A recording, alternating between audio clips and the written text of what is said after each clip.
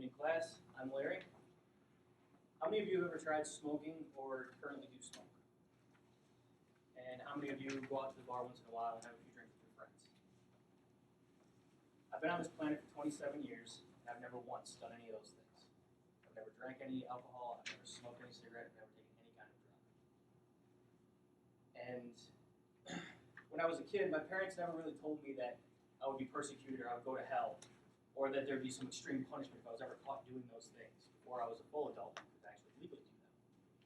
And what I want to tell you about tonight is how my choice to just say no thanks was rewarding, but somewhat difficult as well. The first question that needs to be asked is that if I am not driven by fear from any sort of superior authoritative being, and if it's not fear that drives me to say no, then what is it? My first experience with alcohol actually comes from an unexpected place. It's church. And during my first communion, I had to learn this whole choreography, and I had to know where my hands were supposed to go. I had to remember something that I was supposed to say to a priest. And on the day of my communion, I go up to the priest, I've got my hand in the right spot, I know what I'm supposed to say, and then he holds his goblet up to my nose, and I only had it was like 2 inches away, and I just was like, oh, that's disgusting, I don't like that, I don't want it. And I said that out loud in a quiet church, and everybody heard it, my parents heard it, and I went over and I got my bread, and I just started walking back to my seat, and I'm thinking, oh no, my parents are going to kill me for saying that. But they thought it was kind of funny. And fortunately, that was a huge relief for me because I didn't want my parents to just start yelling at me. It made it easier for me to kind of say no. It was like the first experience I had with being able to say no to something like that. And it was kind of in a heavy environment too.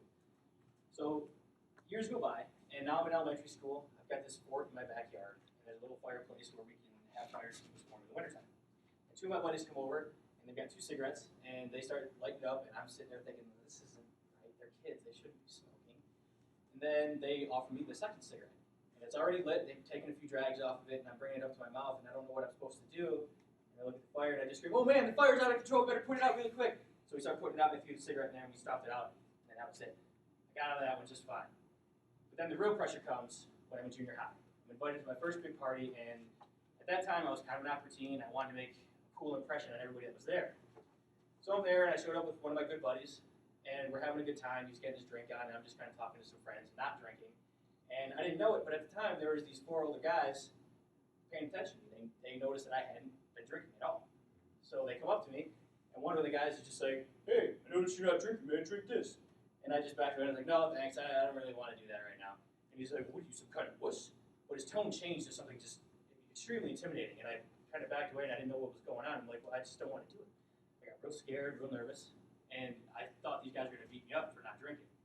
And then my buddy comes over and just stands in front of me. He's like, hey, he said no. Now back off or there's going to be trouble. And I can't thank that friend enough for being with me at night. Because, I mean, those guys thought they were going to beat me up for just saying no. So I had a good friend that night, and he stuck up for me quite a bit in situations similar to that, where it's a bit more extreme. And then high school comes along, same kind of parties going on. People are getting a drink on, getting a smoke on. You know, you're finding out who's cool, who's not, whatever. And I'm at another party in high school, and this is when things turned around. This is when I was like, wow, this saying no thing isn't that bad. A friend of mine comes up, hey man, you want a drink or two? No man, I'm not really into it. Don't really do that. He's like, dude, that's cool, man. I respect you for that. And that was it.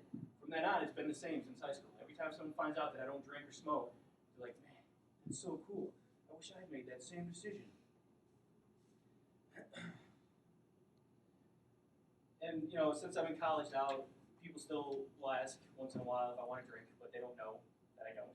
And when they find out, it's the same response over and over again. That's really cool, man. It's really cool.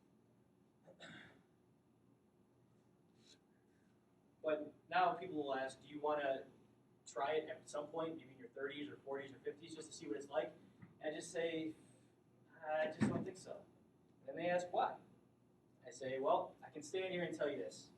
I've seen enough of it to understand what it's like, and I've seen the results of a life lived indulging. It wasn't for me as a kid, it isn't for me now, and for the future, we've all got to have something to be proud of. I imagine myself on my deathbed at 150 years young, and I'll glance back at my life and remember that there was that one thing that I held on to my entire life. And it was my choice to say no, to stand my ground and hold my own for no other reason other than that it was my own.